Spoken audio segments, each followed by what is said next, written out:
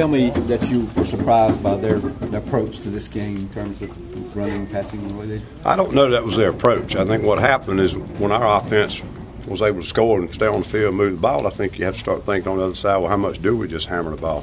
And the second thing is, other than maybe a couple of low runs that had a little electricity to them, they never got the running game going. Had that, those two things not happened, they were still running football. I'm sorry. How satisfying after what happened in Auburn, I guess Ingram last year too, to do this against them? Well, more so maybe from last year, because we had the same approach coming in. We felt like last year if we could manage the run, that we could handle the rest of it. And we did not do that. We let about 3 runs pop out and had a short yardage run, bust for 50 yards, and we kept them off the board, but, we didn't do what we said we were going to do. Came into this game, and we did manage to run. I think we basically stopped the run, which I did not expect to do. But we were able to get that done. Then the only 2 things that disappointed me was we had a busted coverage in the third quarter. We gave up a cheapie, and there were a couple of times in the first half that we didn't keep him bottled up and allowed him to buy time back there and threw some scramble routes. And that's where really most of the passing yardage came from. I thought they executed a good screen pass one time, had a couple other good pass plays, but, anytime you play a team that good, you're always worried. But it was never a point in which when we were managing the running game, we felt like we didn't have control of it. If you had watched somebody stop their run the way y'all did today, what would you think? Would you have thought it was possible? I don't know. I'm a little bit different than most people, and I said some things before the game I'm not going to share with y'all, but I told our players, and I think a lot of people are into perception. We get all hyped up about things, and we beat Kentucky last year. They didn't end up winning. They were number 1, but they didn't end up number 1, okay? We beat the number 1 team in the polls today. But we don't know they're number 1. The season isn't over. I mean, perception and reality. What's the perception, what's the reality? And what happens when you come into games and you put somebody up on a pedestal like that and you think you got to play out of your skin to beat them, you start doing things that, you make mistakes and stuff. If you don't, you realize you got to play them the same way you play everybody else, and you don't do things wrong and you play up to your ability, you find out whether you've recruited good enough and you line up and play. I just think sometimes there's a whole lot of difference in perception and reality. And the polls in America are on perception. Let's face it, everybody votes. The reality is who's number 1 in a year. We'll find out. We'll see. I'll bet you they'll be right back up there in the middle of it. What did you think about coverage? It looked like several times he had a bunch of time but had nobody to throw to. Well, that's the other thing. We had the things that were disappointing was a couple times when we messed something up and gave up a big play. But I'll tell you now, we had some great coverage downfield several times. And, he stood back there like he was eating a sandwich and couldn't find anything. So, we did a good job in trying to, play coverage. I thought the 2 things we gave up were some scramble routes, and then we had to bust in the third quarter. From an opposing point of view, what Stephen Garcia did today, how impressive was that against that defense? Yeah, I'm really happy for him. And, of course, you got to look at those guys made those catches, too. A lot of those balls were very defendable, but those 3 catches that Alshon made were unbelievable. And then, I think that, obviously I thought the coach did a great job of moving things around and getting people open. But I'm happy for Stephen because, he's had some tough times and had a lot on his shoulders, and he played great tonight and deserves all the credit in the world he can get. Coach Berger said you told him to go for it on 4th and an inch. Is he kidding? Yeah, well, I thought that was a no-brainer. I mean, I know where the ball was on the field, but, 4th and that much, if you can't make that, you don't deserve to win. And I think we felt like we would get it. I thought we got a bad spot on it before they caused it. I know you always want to watch film, but there's a number of guys stuck out in your mind during the quarter? Not really. I think you saw some big plays. Melvin Ingram and a couple of those guys jumped up there near the end when pinned their ears back and got to the quarterback. And frankly now, we've gotten to the quarterbacks when we knew they had to throw, just like Georgia. But now we've got to get some pressure on the quarterback with 4 people earlier in the game. But Melvin surely showed up, and I thought our defensive end showed up on that, late. Devin and Cliff. DJ Swearingen played very well.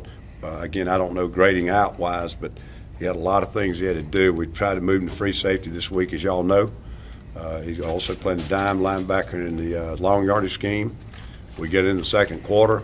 Holloman has a back strain or something, a rib strain.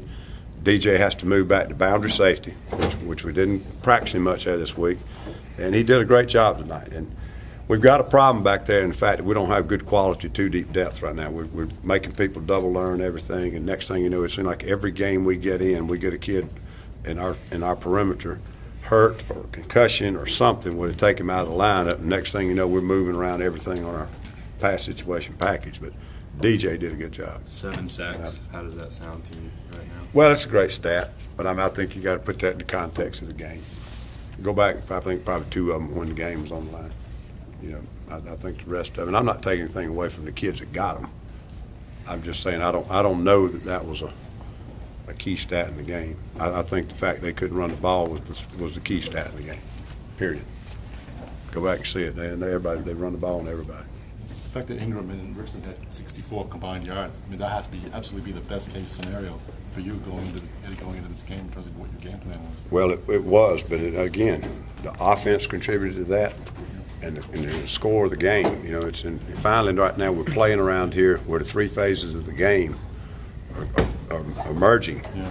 But you know, when you're on the other side calling plays, and our offense is moving that ball, and you're not effectively stopping them, it affects your play calling. I don't care who you got in your backfield. So, you know, that is as much a factor in that rushing game. But I certainly am proud of our front and in the way our perimeter, you know, bundled him up and didn't let him break out the back door or bounce out on a run or crease us up the middle. I mean, that guy's had some explosive runs, and Richardson is a bull. And, you know, to have accomplished that, it certainly is encouraging. After the way they scored their touchdown last year in Tuscaloosa, you guys contained your Wildcat pretty good. Yeah, you know, last year, part of that last drive was fatigue. Yeah. We played really good that night physically. We let some runs break out on us, and which screwed up the stats. But we kept him off the board and basically really played pretty doggone good. But we were dead tired at the end of that game, and that was part of it. We got pushed around a little bit, didn't make a couple of tackles. It wasn't the scheme of it so much. We didn't really change what we took into the game last year, but we worked it more this year, and I thought our kids functioned in it better. And obviously, again, it's time of possession and being off the field a little bit. Coach, the mental makeup of this team, do you think it's going to be easy for these guys to get refocused Monday, or is there going to be a little extra? I don't know. I'll coach them Monday the same way I did after the Auburn game, the same way I did after the Furman game. The one thing I do hope we'll get from this game, you know, just think about it. We come out in the second half, and the first play of the game, we snap a ball and give them a safety. So we kick off and give them the ball up at midfield, and I think we held them to a field goal. Yeah. Then we turn around and we bust the coverage later in the game and give them an easy 50-something yard touchdown. And it's like both of those things throw cold water on everything. But our offense comes right out after that and takes the ball down and puts 7 on them. So what we finally learned how to do around here, hopefully, we did it tonight, and we learned how to do it the rest of the time, is, you know, don't worry about those things. Move to the next play, move to the next series, and let's move on with it. You know, we turned the ball over in an interception in plus territory, and they end up with a fake field goal that doesn't work. Those are the kind of things that kids have got to do, is step up under pressure and keep people, you know, don't talk about stats. One thing I've always said is you got to make critical stops at critical times. And you got to also be able to move the ball at critical times. And the way we responded after the safety and the way our offense responded after that easy touchdown pass, both of those against a team like Alabama, our team could have folded and slipped off the edge, and we didn't do it. Is this the first time you've beaten Alabama since you left Tuscaloosa after the 2000 season? Oh no, we beat them back to back. Mississippi State. Okay, yeah, we went 16. We went what's 3 times 4? We went 12 quarters in a row. Those guys at Mississippi State never gave up a touchdown on the defense, and it was because our kids at Mississippi State refused to kiss that ring. Yeah. You guys do that today? I don't know about that. we haven't done anything right now other than win a ball game. With, you know, there's a difference in a team and a program. We'll see. Now, let's do a piece with Tony Straw.